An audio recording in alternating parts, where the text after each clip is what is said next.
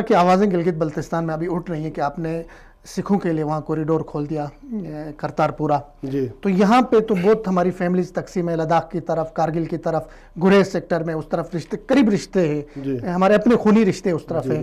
تو یہاں پہ مطلب لوگ مطالبہ کر رہے ہیں کہ ابھی اگر بات کریں ہم یہ کھولیں تو بہت مطلب لوگ جو بچھڑے خاندان ہیں وہ مل سکیں گے.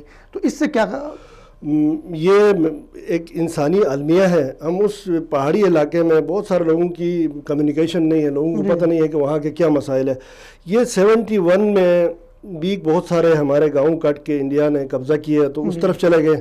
اب فیملیز بٹی ہوئی ہے، ادھر ترتک اور ادھر فرینو، ادھر گنگانی اور اس طرف لداخ کے لوگوں میں مطلب فیملیز ہیں. بھائی ادھر ہے، بہن ادھر ہے، باپ ادھر ہے، بیٹا ادھر ہے. تو میری تو وزیر اعظم پاکستان عمران خان نے ایک بہت اچھا اقدام اٹھایا، آرمی چیف نے بھی مل کے انڈیا سے پہلے انہوں نے یہ انیشیٹو لیا، کرتارپور کھولا.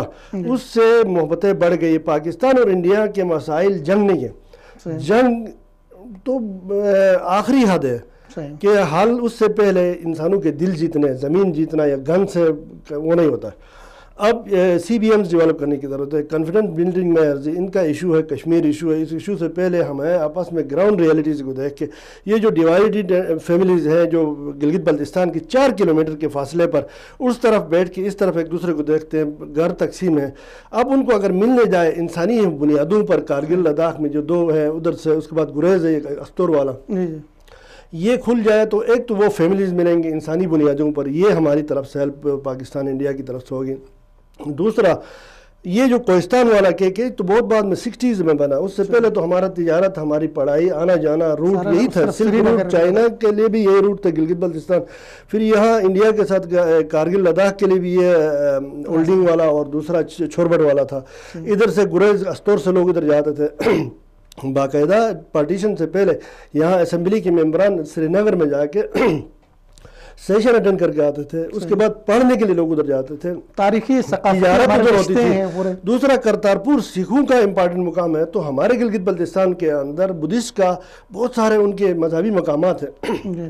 میرے اپنے گاؤں داریل میں ان کی بدھسٹ یونیورسٹی تھی اور اس کے علاوہ میرے ہی علاقے میں ان کے باقاعدہ بودھاس تھے. وہاں وہ مذہبی تعلیم کے لیے آتے تھے. وہاں پہ ان کا کوڈ آف جسٹس تھا. وہاں پہ ان کے تعلیمی لحاظ سے وہاں ان کی یونیورسٹی تھی. اس کے بعد گلگت میں یا شنی کے گلگت پہ سکردو میں ان کے آثار ابھی تک موجود بالکل ابھی تک موجود ہے. ان کو بھی آنا دیا جائے نا. تو یہاں سے بھی لوگ جا کے اس طرف برولمو میں ان کا بہت ہی مطلب ایک وہ شیخ صاحب کا وہ ہے مقبرہ ہے، وہاں لوگ آنا چاہتے ہیں. تو اس سے ایک تو آپس میں 2 ملکوں کے اندر جو ٹینشن ہے وہ ختم ہو جائے گی. یہ ہے کہ لوگوں کے آپس میں تجارت ہوگی، لوگ ملیں گے. یورپ دیکھیں، یورپ کے اندر ایک گھر کے اندر نشان لگے ہوئے، آدھا گھر یورپ کے کسی اور ملک پر ہے، لیکن وہاں پہ گن لے کے نہیں بیٹھے. جنگیں تو ان کی بھی ہوئی، انہوں نے تو لاکھوں لوگ مرے ہیں یورپ کی جنگوں میں. لیکن آج انہوں نے دیکھ لیا، لڑ کے دیکھا. آج دنیا امن کی طرف جا رہی ہے. یہ جنگ کر کے کچھ انٹرنیشنل کمپنیوں کا اسلحہ تو بک سکتا ہے لیکن پاکستان کی غربت ختم نہیں ہو سکتی. پاکستان اور ہندوستان میں لوگ غربت کی لائن سے نیچے جو پاورٹی لائن لاکھوں میں کروڑوں میں لوگ ہیں، ان کو اپ لفٹ کرنے. یہ دونوں ملکوں کے مفاد